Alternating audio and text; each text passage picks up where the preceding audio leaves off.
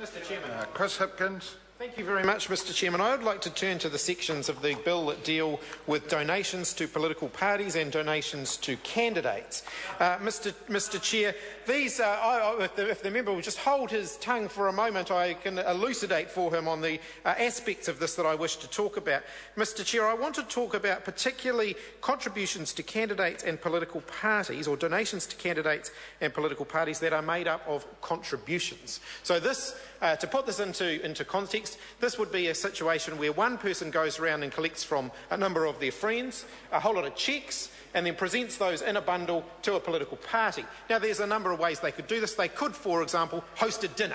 They could host a dinner and they could collect from all of the people that attend their dinner, it's a hypothetical, they could collect from all of the people who attend that dinner some very large cheques, let's say $5,000. Let's just say they take from all of their friends who attend the dinner $5,000, and they say that's the ticket price for attending the dinner.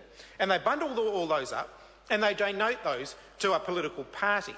What is very clear from this legislation is the principle. Let's say they held it in 2010. Now, back then, for instance, the disclosure threshold was $10,000.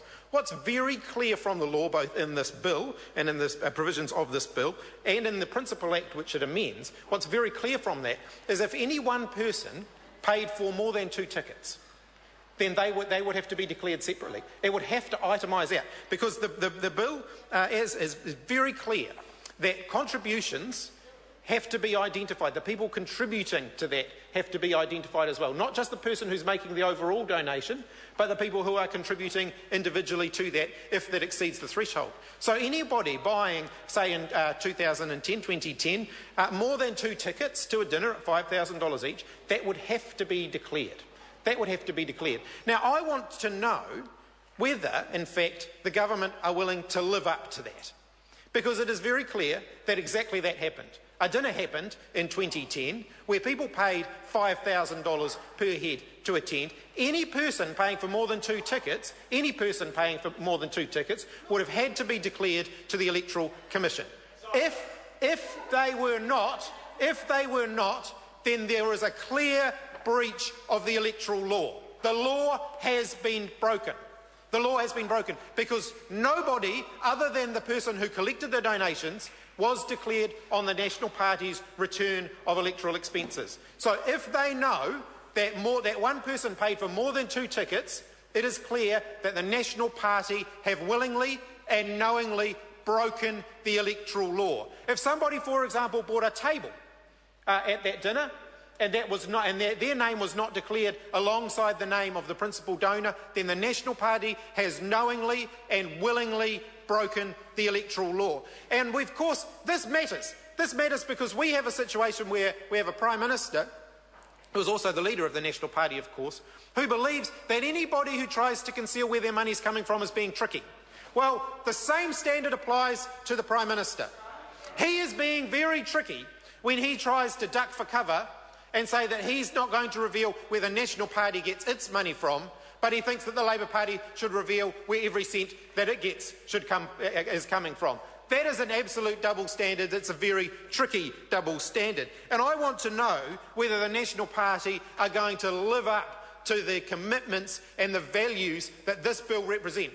Because this bill and the clauses around contributions to candidate and party campaigns is very clear. It is about transparency, and it's about making sure that the public of New Zealand know where political parties are getting their money from, but we don't know where the money that the National Party gets is coming from.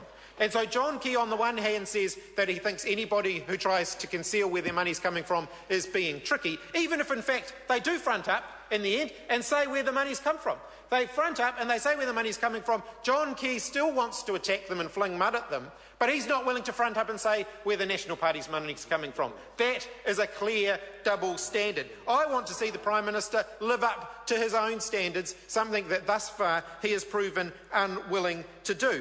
The principle here, again, is transparency. It is a level of transparency that the Prime Minister is not willing to live up to. Because under these rules that are being Part 1, Clause 46, for example, that deals with the return of candidate donations, it's clear that where somebody submits, Mr. Chairman, where somebody submits a donation that is made up of contributions and any one of those contributions exceeds $1,500, the person making the donation has to identify the name of each contributor, the address of the contributor, the amount that they have contributed, and the date on which the donation funded from the contributions was made.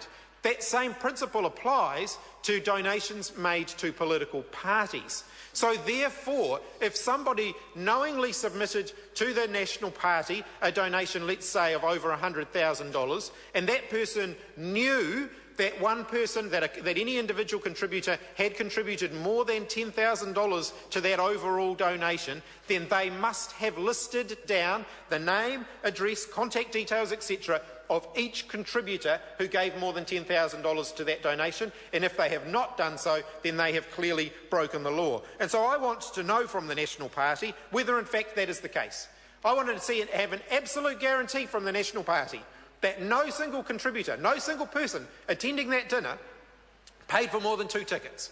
Because if they did pay for more than 2 tickets, the National Party knowingly, willingly has been a party to the breaking of electoral law. And so I look forward to the full disclosure from the National Party and absolute assurance that nobody paid for more than 2 tickets, because if they're not willing to give that, it clearly means something's not right. It clearly means that they are now aware that they have broken the electoral law. And what are they going to do to put that right? If no National Party member is willing to stand up in the House and give us an absolute assurance that nobody attending that dinner paid for more than 2 tickets, everyone in New Zealand has an absolute right to ask, why is that? Why is that no one from the National Party is willing to give an absolute assurance that nobody paid for more than 2 tickets? If they're not willing to do that, the National Party clearly aren't willing to stand up and say they didn't break the law, because they know that it wouldn't be true. Because they know that it wouldn't be true. And in the absence of that reassurance in this House, the public of New Zealand are left with no other conclusion than that the National Party have broken the law. The National Party broke the law, and now they're not willing to front up. Not only are they not willing to front up and adhere to the standard... Now, I'm listening very carefully to the member, and he's really launched into what might be a general debate. He should be talking about the principles of the bill. And by all means, he can make comparative illustrations, but he's gone beyond that. Chris Hipkins. Well, thank you, Mr. Chair. Mr. Chair, in that case, I will talk about the penalties for knowingly participating in breaching this law.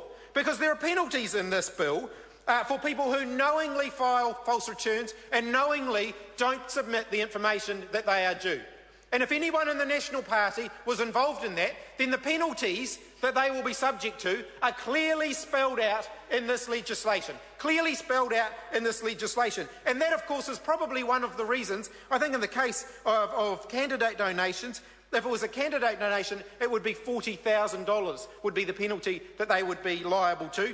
I'm not entirely sure where the section is. A party secretary who knowingly filed false information would be liable to conviction to a fine not exceeding $40,000 without reasonable excuse. So clearly, if the National Party, again, under this bill, if the National Party were aware that one person paid for more than 2 tickets to that dinner, then they are now liable under this bill for a fine that, of up to not exceeding $40,000.